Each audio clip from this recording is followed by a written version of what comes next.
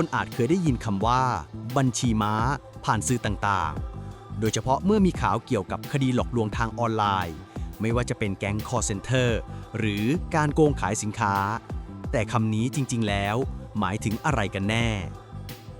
ความหมายของบัญชีม้า บัญชีม้าคือบัญชีธนาคารที่ถูกนำไปใช้เป็นเครื่องมือทำธุรกรรมผิดกฎหมาย ไม่ว่าจะเป็นการโอนเงิน การรับเงิน หรือการถอนเงิน โดยมีจุดประสงค์เพื่อปิดบังตัวตนของผู้กระทำผิดตัวจริง กล่าวง่ายๆคือ คนร้ายไม่ต้องการให้เจ้าหน้าที่ติดตามไปถึงตัว จึงใช้บัญชีของผู้อื่นเป็นตัวแทนรับเงินแทนทำไมถึงเรียกว่าม้าคำว่าม้าในที่นี้เปรียบเหมือนตัวแทน หรือแรงงานที่ถูกใช้ให้ทำงานแทนเจ้าของจริง คล้ายม้าที่ถูกบังคับให้วิ่ง หรือแบกของแทนเจ้านาย เจ้าของบัญชีจึงเปรียบเสมือนม้าที่ทำงานแทนคนร้ายได้ แม้จะรู้ตัวหรือไม่รู้ตัวเลยก็ได้ ตัวอย่างสถานการณ์จริง มีการประกาศรับสมัครงานออนไลน์ เสนอเงินตอบแทนง่ายๆ เพียงแค่เปิดบัญชีให้ใช้ คนที่หลงเชื่อก็จะส่งสมุดบัญชี บัตร ATM และบัตรประชาชนไปให้ โดยไม่รู้เลยว่ากำลังมอบเครื่องมือก่ออาชญากรรม บางรายถูกขโมยข้อมูลส่วนตัว แล้วถูกนำไปเปิดบัญชีปลอมในชื่อของตนเอง หรือบางครั้งเจ้าของบัญชีเองก็อาจจะเป็นผู้ยอมให้ใช้ เพราะหวังค่าตอบแทนเล็กน้อย แต่ผลที่ตามมานั้นร้ายแรงมหาศาล อันตรายของบัญชีม้า ใช้รับเงินจากการหลอกลวง เช่น โอนเงินค่าเหยื่อหลอกซื้อสินค้า ใช้เป็นช่องทางฟอกเงินจากยาเสพติด การพนัน หรืออาชญากรรมข้ามชาติทำให้การติดตามเส้นทางการเงินซับซ้อน ยากต่อการตามจับผู้ร้ายตัวจริง ผลทางกฎหมาย แม้เจ้าของบัญชีจะอ้างว่าไม่รู้เรื่อง ก็ไม่รอดผลความผิด เพราะกฎหมายถือว่า ผู้ถือบัญชีต้องรับผิดชอบต่อการใช้บัญชีของตนเอง อาจถูกดำเนินคดีในข้อหา ฟอกเงิน หรือฉ้อโกงประชาชน ถูกอายัดบัญชี ถูกขึ้นบัญชีดำทำให้ไม่สามารถเปิดบัญชีใหม่ หรือกู้เงินได้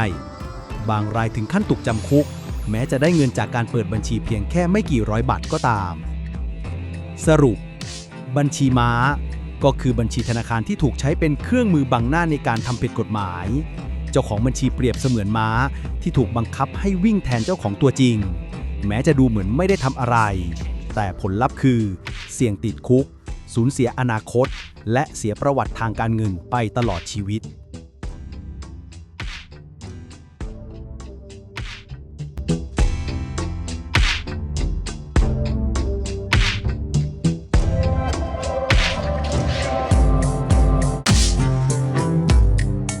วิธีการที่แก๊งอาชญากรใช้กับดักบัญชีม้า วันนี้เราพาไปเจาะลึกวิธีการทำงานของแก๊งอาชญากรที่ใช้บัญชีม้าเป็นเครื่องมือ เพื่อให้ประชาชนเข้าใจว่าแก๊งเหล่านี้ทำอย่างไร เหตุใดคนธรรมดาจึงกลายเป็นผู้ช่วยทำผิดได้โดยไม่รู้ตัว และจะป้องกันตัวเองได้อย่างไร ประกาศชวนเปิดบัญชีเท่ากับดักโฆษณา แก๊งอาชญากรมักจะเริ่มด้วยการสร้างโฆษณาหรือประกาศรับสมัครงานแบบง่ายๆ เช่น รับเปิดบัญชีให้ รับจ้างรับโอน ได้ค่าตอบแทนสูง หรือสมัครงานออนไลน์ไม่ต้องออกไปไหน ข้อความล่อตาล่อใจนี้มักถูกส่งผ่านเว็บไซต์ประกาศทั่วไป คนที่กำลังหางาน หรืออยากมีรายได้พิเศษ จึงหลงเชื่อ ส่งข้อมูลหรือมอบสมุดบัญชีให้ จุดที่ประชาชนควรระวัง ข้อเสนอที่บอกว่าไม่ต้องทำอะไรมาก แต่ให้ผลตอบแทนสูง ผิดปกติ และมีความเสี่ยงสูง จ้างหรือว่าจ้างโดยตรง เท่ากับซื้อบัญชีด้วยเงินเล็กน้อย แก๊งมักติดต่อทางตรงผ่านข้อความหรือโทรศัพท์ เสนอเงินค่าจ้างให้ผู้เปิดบัญชี หรือผู้ที่ยอมให้ใช้บัญชี โดยอาจจะขอให้โอนหรือรับเงินในช่วงเวลาหนึ่ง แล้วแก๊งจะเป็นฝ่ายจัดการต่อ เหตุการณ์แบบนี้มักดึงดูดคนที่ต้องการเงินด่วน แต่สิ่งที่คนรับจ้างไม่ตระหนักคือ การกระทำดังกล่าวอาจเข้าข่ายเป็นผู้ช่วยฟอกเงิน หรือร่วมกระทำความผิด สัญญาณเตือน มีคนเสนอให้ยืมหรือให้ใช้บัญชีโดยให้ผลตอบแทนเป็นเงินสด โดยไม่ถามรายละเอียด หรือไม่ขอเอกสารอื่น ๆ ที่สมเหตุสมผล การขโมยข้อมูลส่วนตัวหรือเปิดบัญชีปลอม เท่ากับการใช้ข้อมูลโดยมิชอบ อีกแนวทางคือการขโมยข้อมูลส่วนตัวจากการหลอกเอาข้อมูล หรือจากข้อมูลรั่วไหล แล้วนำข้อมูลเหล่านั้นไปเปิดบัญชีใหม่ในชื่อผู้อื่น บัญชีดังกล่าวจะถูกใช้รับเงินโดยเจ้าของตัวจริงไม่รู้เรื่อง จนกระทั่งมีปัญหาเกิดขึ้น สัญญาณเตือน เห็นรายการเคลื่อนไหวในบัญชีที่ไม่รู้จัก ได้รับจดหมายแจ้งเปิดบัญชีที่ไม่ได้เป็นคนเปิด การใช้บัญชีม้าเป็นชั้นกลางในการโอนเงินหรือ High Level เมื่อได้บัญชีที่พร้อมใช้งาน แก๊งจะนำบัญชีเหล่านั้นไปรับเงินจากแหล่งที่ผิดกฎหมาย เช่น การหลอกลวงออนไลน์ การพนัน หรืออาชญากรรมอื่น จากนั้นเงินอาจถูกแบ่งส่งต่อไปยังบัญชีอื่นๆ หรือถูกถอนออกไปผ่านบุคคลกลาง กระบวนการนี้ทำให้เส้นทางการเงินซับซ้อนและยากต่อการติดตามตัวคนร้ายตัวจริง หมายเหตุสำคัญ ข้อความนี้อธิบายในระดับสูง เพื่อให้ประชาชนเข้าใจกลไกของอาชญากรรมเท่านั้น หลีกเลี่ยงการอธิบายขั้นตอนเชิงปฏิบัติที่จะเอื้อให้การกระทำผิด เทคนิคที่ใช้ร่วมกับบัญชีม้า แนวโน้มที่พบบ่อย การหลอกให้เปิดบัญชีหรือมอบบัญชีผ่านโซเชียลมีเดีย การใช้บัญชีที่ถูกแฮ็กหรือเปิดด้วยข้อมูลปลอม การชักจูงด้วยงานที่ดูไม่น่าสงสัย เช่นงานรับโอนให้บริษัทต่างประเทศ เงินเดือนเข้าธนาคาร โดยผู้ว่าจ้างจะเป็นฝ่ายควบคุม การใช้บริการจัดการโอนเงินหรือกระเป๋าเงินดิจิทัลเป็นตัวกลางทำให้เส้นทางเงินกระจัดกระจายยากตรวจสอบ บทบาทของเหยื่อทำไมคนปกติกลายเป็นบัญชีม้าได้ง่าย ความจำเป็นทางการเงิน คนที่ต้องการเงินด่วนอาจยอมรับข้อเสนอที่ดูง่ายและรวดเร็ว ขาดความรู้ไม่เข้าใจผลทางกฎหมาย หรือสัญญาณเตือนของการถูกหลอกลวง ความเชื่อใจในแหล่งที่มาหรือผู้ติดต่อ บางข้อความมาจากเพื่อนที่ถูกหลอกมาก่อนทำให้เชื่อถือได้ง่ายขึ้น ผลกระทบเมื่อถูกใช้เป็นบัญชีม้า บัญชีถูกอายัด การทำธุรกรรมถูกระงับ ประวัติการเงินเสียหาย ถูกขึ้นแบล็คลิสต์ธนาคาร ถูกดำเนินคดีทางอาญา แม้เจ้าของบัญชีจะอ้างว่าไม่รู้เรื่อง เสียชื่อเสียงและโอกาสทางการเงินในระยะยาว วิธีสังเกตและป้องกันสำหรับประชาชนทั่วไป อย่าให้ใครยืมบัญชีหรือมอบสมุดหรือบัตร ATM โดยไม่มีเหตุผลชัดเจน อย่าโพสต์หรือส่งสำเนาบัตรประชาชนหรือข้อมูลส่วนตัวทางช่องทางที่ไม่ปลอดภัย ระวังประกาศงานที่บอกว่าจ่ายเงินสูงโดยไม่ต้องทำอะไรเป็นชิ้นเป็นอัน ตรวจสอบความผิดปกติในรายการเดินบัญชี หากมีธุรกรรมไม่รู้จักให้รีบแจ้งธนาคารและเก็บหลักฐานทั้งหมด บทสรุปทำความเข้าใจแล้วป้องกันได้ แก๊งอาชญากรที่ใช้บัญชีม้าอาศัยความสะเพร่าทางข้อมูล และความต้องการทางการเงินของคนทั่วไปเป็นจุดเริ่มต้น เมื่อเข้าใจรูปแบบการหลอกลวง เราจะลดความเสี่ยงและปกป้องตัวเองได้ การไม่ยอมให้บุคคลภายนอกใช้บัญชีของเรา และการเตือนคนใกล้ชิดให้ระมัดระวังเป็นสิ่งสำคัญที่สุด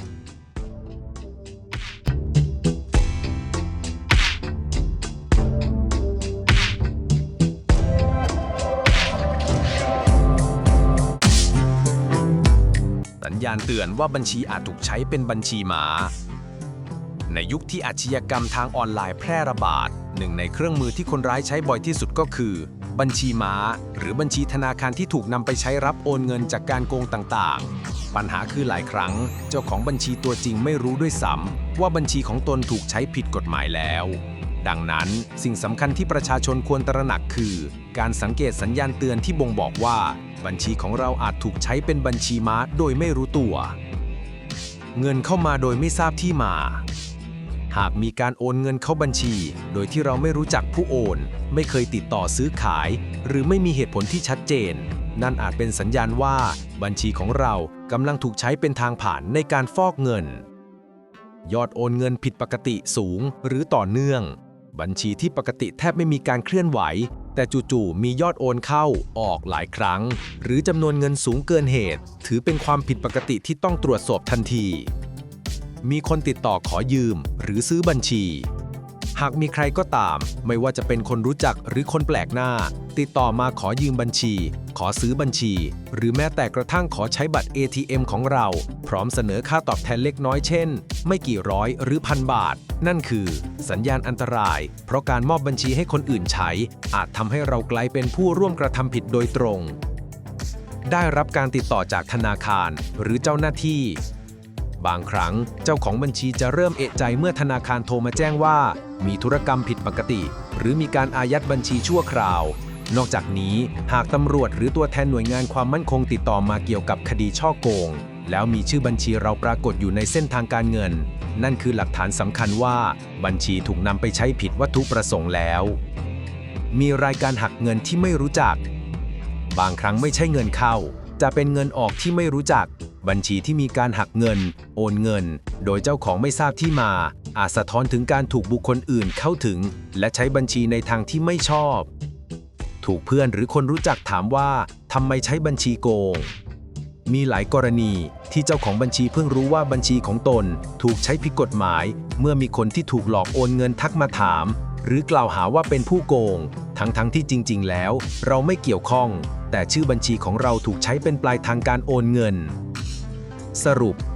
สัญญาณเตือนเหล่านี้ไม่ว่าจะเป็นเงินเข้าออกผิดปกติมีคนติดต่อขอซื้อบัญชีหรือแม้แต่การได้รับการติดต่อจากธนาคารและตำรวจล้วนเป็นไฟแดงที่ต้องระวังอย่างยิ่งหากเจอสถานการณ์เหล่านี้ควรรีบตรวจสอบธุรกรรมเก็บหลักฐานและแจ้งธนาคารหรือเจ้าหน้าที่ทันทีเพื่อป้องกันไม่ให้ตกเป็นเหยื่อและเพื่อยืนยันความบริสุทธิ์ของตนเอง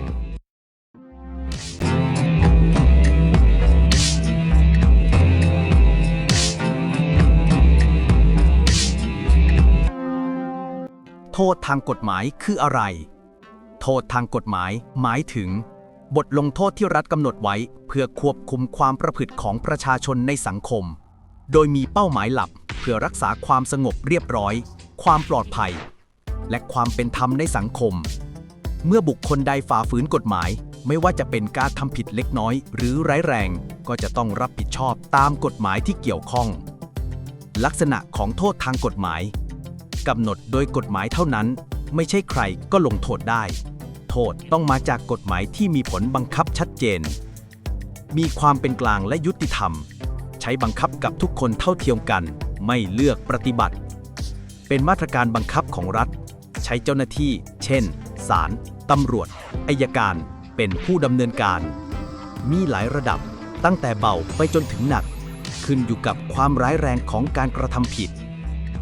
ตัวอย่างโทษทางกฎหมายที่พบบ่อยโทษปรับต้องจ่ายเงินจำนวนหนึ่งตามที่ศาลกำหนดเช่นฝ่าฝืนจราจรโทษจำคุกถูกคุมขังในเรือนจำตามระยะเวลาที่กำหนดเช่นคดีอาญา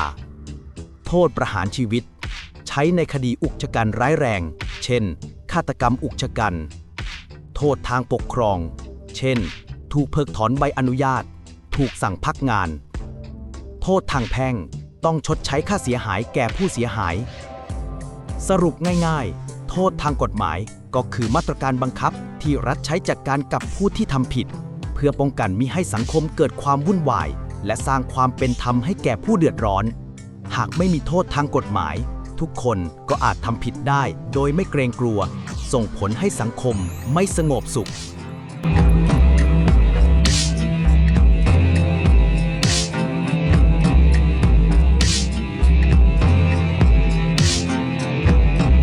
เหตุผลที่ต้องระวังบัญชีม้าในปัจจุบันแม้ว่าเราจะใช้บัญชีธนาคารเพื่อธุรกรรมทางการเงินอย่างปลอดภัยเป็นประจำแต่ก็มีภัยร้ายที่แฝงอยู่ใกล้ตัวนั่นคือบัญชีม้าหรือบัญชีที่ถูกนำไปใช้เป็นเครื่องมือทำธุรกรรมผิดกฎหมายโดยเจ้าของบัญชีอาจไม่รู้ตัวเลยดังนั้นสิ่งสำคัญคือการเข้าใจเหตุผลที่ต้องระวังบัญชีม้าเพราะความประมาทเพียงเล็กน้อยอาจส่งผลร้ายแรงต่อชีวิตและอนาคตทางการเงินการทำผิดกฎหมายโดยไม่รู้ตัวแม้เราจะไม่ได้เป็นผู้โอนเงินหรือทำธุรกรรมโดยตรงแต่ถ้าเจ้าของบัญชียินยอมให้คนอื่นใช้บัญชีหรือเปิดบัญชีให้แก๊งอาชญากรบัญชีของเราจะกลายเป็นเครื่องมือฟอกเงินหรือฉ้อโกงและตามกฎหมายถือว่าเราเป็นผู้สมรู้ร่วมคิดผลทางกฎหมายร้ายแรงผู้ที่บัญชีถูกใช้เป็นบัญชีม้าอาจเผชิญโทษหลายรูปแบบเช่นจำคุกแม้เงินที่ได้จากการเปิดบัญชีเพียงไม่กี่ร้อยบาทปรับเงินจำนวนมากบัญชีถูกอายัดและถูกขึ้นแบล็คลิสต์ทำให้ไม่สามารถเปิดบัญชีใหม่หรือกู้เงินได้ประวัติทางการเงินเสียหายส่งผลต่อการทำธุรกรรมในอนาคตเสียชื่อเสียงและความน่าเชื่อถือบัญชีที่ถูกใช้เป็นบัญชีม้าอาจทำให้เราโดนกล่าวหาโดยสังคมโดยเพื่อนบ้านหรือบุคคลใกล้ชิดเข้าใจผิดว่าเกี่ยวข้องกับการกระทำผิดซึ่งอาจทำให้สูญเสียความน่าเชื่อถือและโอกาสทางสังคมความเสี่ยงทางการเงินนอกจากโทษทางกฎหมายแล้วการเป็นเจ้าของบัญชีม้าที่ถูกใช้ผิดกฎหมายยังเสี่ยงต่อการสูญเสียเงินหากบัญชีถูกอายัดเงินที่อยู่ในบัญชีอาจถูกอายัดชั่วคราวจนกว่าคดีจะสิ้นสุดนอกจากนี้หากมีการฟ้องร้องเรียกค่าเสียหาย เจ้าของบัญชีก็อาจต้องรับผิดชอบ การป้องกันตัวเองทำได้ง่ายแต่สำคัญ อย่าให้ใครยืมบัญชีหรือมอบสมุดหรือบัตร ATM เก็บบัตรประชาชนและข้อมูลส่วนตัวให้ปลอดภัย ระวังข้อเสนอที่ดูง่ายและได้ผลตอบแทนสูงโดยไม่ต้องทำอะไร ตรวจสอบความผิดปกติในบัญชีและรีบแจ้งธนาคารหากพบการเคลื่อนไหวที่ไม่ทราบที่มา สรุป เหตุผลที่ต้องระวังบัญชีม้าไม่ใช่เรื่องไกลตัว ความประมาทเล็กน้อยอาจทำให้เราตกเป็นผู้ต้องสงสัยทางกฎหมาย สูญเสียเงิน ชื่อเสียง และอนาคตทางการเงิน การตระหนักรู้และป้องกันตั้งแต่แรก จะช่วยให้เราปลอดภัยและมั่นใจได้ว่า บัญชีของเราใช้เฉพาะประโยชน์ที่ถูกต้องตามกฎหมายเท่านั้น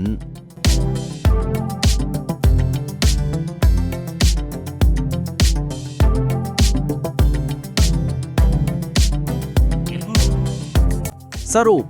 ความหมายของบัญชีม้าในช่วงหลายปีที่ผ่านมาปัญหาการฉ้อโกงทางการเงินและอาชญากรรมออนไลน์เพิ่มสูงขึ้นหนึ่งในเครื่องมือที่แก๊งมิจฉาชีพนิยมใช้ก็คือบัญชีม้าบัญชีม้าคืออะไรบัญชีม้าคือบัญชีธนาคารของบุคคลหนึ่ง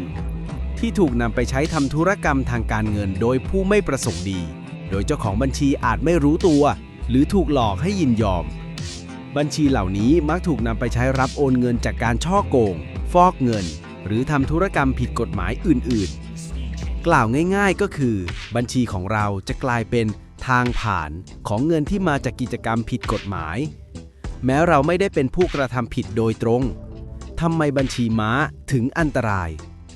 ความเสี่ยงทางกฎหมายหากบัญชีถูกใช้เป็นเครื่องมือในการโกงเจ้าของบัญชีอาจถูกดำเนินคดีตามกฎหมายแม้ไม่ได้รู้เห็นโดยตรงเสียชื่อเสียง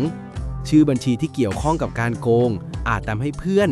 คนใกล้ชิดหรือสังคมเข้าใจผิดสูญเสียเงินและสิทธิทางการเงินบัญชีอาจถูกอายัดเงินในบัญชีอาจเข้าขายถูกอายัดชั่วคราวและส่งผลต่อการทำธุรกรรมอื่นๆตกเป็นเป้าของมิจฉาชีพหากบัญชีเคยถูกใช้เป็นบัญชีม้าแล้วมักถูกผู้ไม่หวังดีติดต่ออีกสัญญาณเตือนว่าบัญชีอาจถูกใช้เป็นบัญชีม้ามีเงินเข้าออกผิดปกติโดยไม่ทราบที่มามีคนติดต่อขอซื้อหรือขอใช้บัญชีได้รับการติดต่อจากธนาคารหรือเจ้าหน้าที่เกี่ยวกับธุรกรรมผิดปกติรายการหักเงินที่เราไม่ทราบวิธีป้องกันตัวเองอย่าให้ใครยืมบัญชีไม่ว่าจะเป็นเพื่อนหรือคนรู้จักเก็บบัตร ATM และข้อมูลส่วนตัวให้ปลอดภัยตรวจสอบบัญชีเป็นประจำแล้วรีบแจ้งธนาคารหากพบความผิดปกติระวังข้อเสนอที่ดูได้กำไรง่ายเพราะมักเป็นกับดักบัญชีม้าสรุปง่ายๆบัญชีม้าคือบัญชีธนาคารที่ถูกใช้เป็นเครื่องมือของอาชญากรเจ้าของบัญชีต้องระมัดระวังและรู้เท่าทันเพื่อป้องกันปัญหาทางกฎหมายสูญเสียเงินและเสียชื่อเสียงการตระหนักรู้และป้องกันตั้งแต่แรกเป็นวิธีที่ดีที่สุดในการรักษาความปลอดภัยให้บัญชีและชีวิตทางการเงินของเรา